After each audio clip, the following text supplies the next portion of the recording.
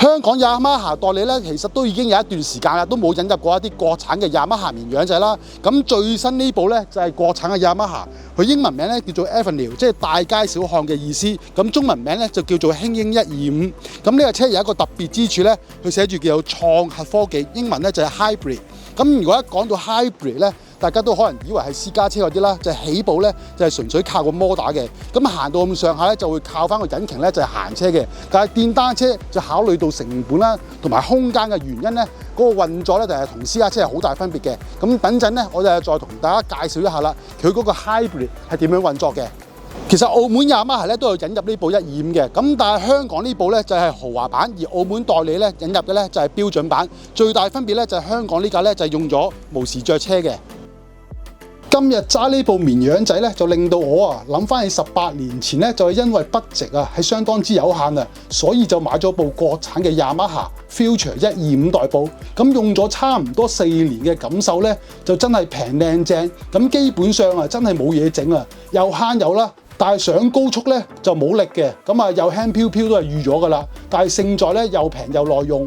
呢部輕鷹125咧，雖然都係用風冷引擎，就只有8.2匹馬力，馬力亦都係上升得比較慢啊。但係估唔到咧，上到高速公路儀錶咧都去到時速103極速，同埋佢副引擎咧只係響起步有少少震盪，無論係慢速啦、中段甚至乎去到極速都好近乎咧就係感受唔到引擎嗰啲震盪，係非常之順滑。所以大牌子做出嚟嗰啲引擎真係有翻咁上下水準，令到我覺得枕住行80、90都好咧，引擎咧都係一啲都唔覺得好辛苦嘅。但係風冷125引擎嘅設定咧，主要都係俾你行市區。如果係長期行高速公路咧，其實對引擎嗰個負擔咧，亦都係比較大。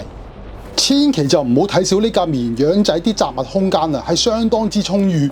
凳底下面仲可以擺到有尾翼嘅賽車大頭盔，仲可以擺到一件有少少保護甲嘅風褸。咁大個袋咧，裏面裝滿相機咧，亦都係放得落。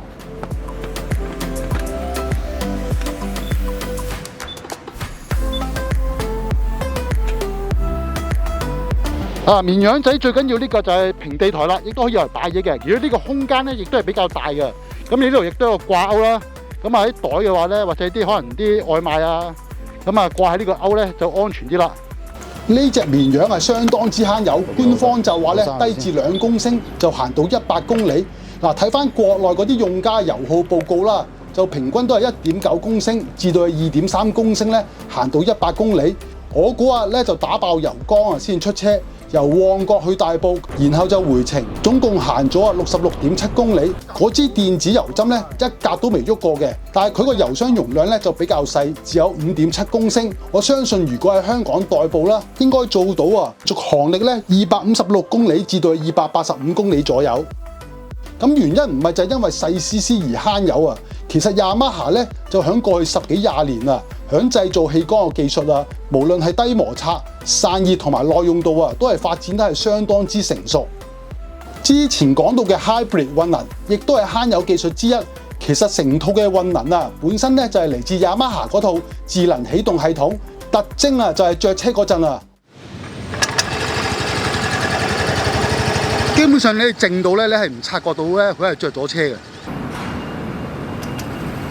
離遠少少直情係聽唔到。例如雅馬哈 Aga 155咧都係有呢個系統，但係就冇 Hybrid 混能功能。大部分嘅車都係用緊呢種傳統嘅設定，而圓筒形呢個部件行內咧就叫做時撻摩打，亦即係起動摩打。撳着車掣之後電池就會俾電，時撻摩打咧就會利用齒輪推着個引擎，亦都會聽到一啲嗒嗒聲。而電球即係發電機咧就會響行駛嗰陣咧就幫電池充電。新款嘅智能起動系統咧就簡單好多，冇咗圓筒形嘅時撻摩打，佢係將電球啦同埋時撻摩打咧就整合埋一齊，但係就增加咗一個控制器。撳掣着車之後咧，控制器就會將電球變成時撻摩打，着車之後咧，控制器就會將電球變翻發電機，就幫個電池充電。冇咗齒輪同埋時撻摩打之後咧，着車聲零舍安靜。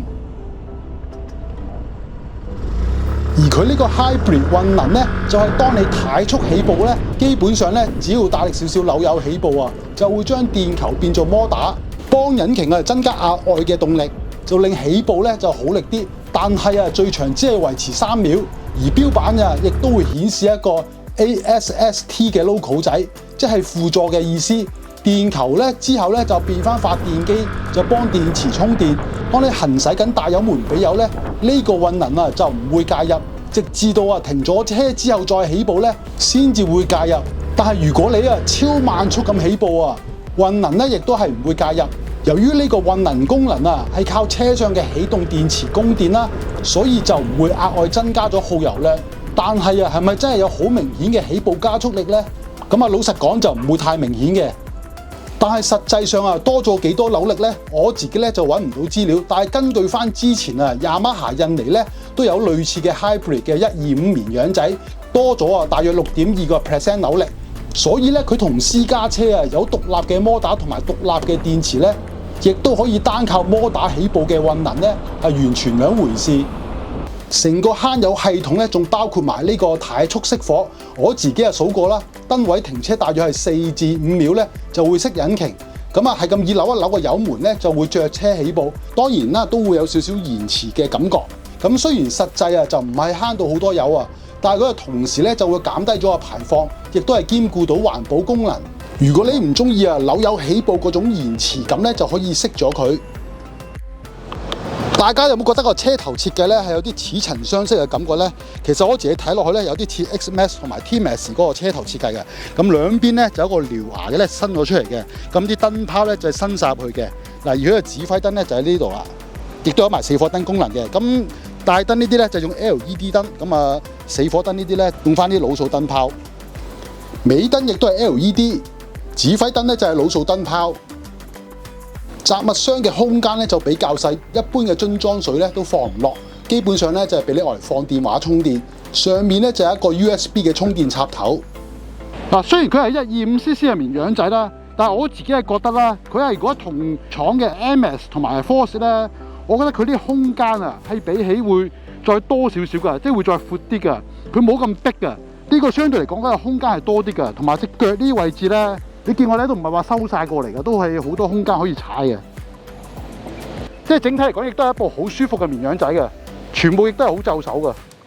佢嘅座高咧就有799mm， 數字上咧就唔算矮。咁因為佢張坐墊啊就比較窄啊，以我身高啦175cm嚟講咧，雙腳咧就好輕鬆咧，完全落晒地嘅。我估啊，就算矮少少嘅騎士咧，都只係會有少少吊腳。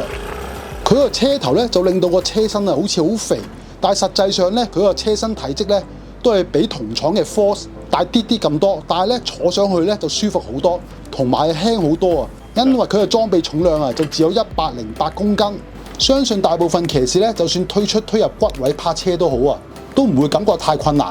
而125綿羊仔啊喺操控方面咧技術要求都唔會太高。所以喺市區日常代步啊，捐窿捐罅就好方便同埋容易。同埋呢隻樣啊，就係用咗前後12寸嘅輪框，就唔係以前嗰啲比較細嘅10寸輪框。咁呢個12寸嘅好處咧，就係入彎嗰個靈活性咧，同埋喺比較高速嗰個穩定性啊，係現時最好嘅平衡嘅設定。加速方面咧，你就唔可能有太大要求。但係對於新手嚟講咧，代步啊夠晒用。佢套避震啊，前叉比較幼。喺香港啲路況嚟講咧，跳彈就比較明顯，後面啊就只係用咗單筒尾避震，反而後面嘅吸震咧，相對前邊啊就冇跳得咁明顯，舒服少少嘅。佢個尾迫力咧只係用咗鼓剎，咁我自己揸咗60公里嚟講啦，都係比較弱。咁前面嘅碟剎咧，新皮最初揸嗰陣時啊，都係比較弱少少嘅。之後啊，我就不停重收少少咁開皮啦。咁去到後面咧，其實都覺得前剎咧就係啱啱好夠用嘅感覺。咁呢隻樣咧就冇 ABS，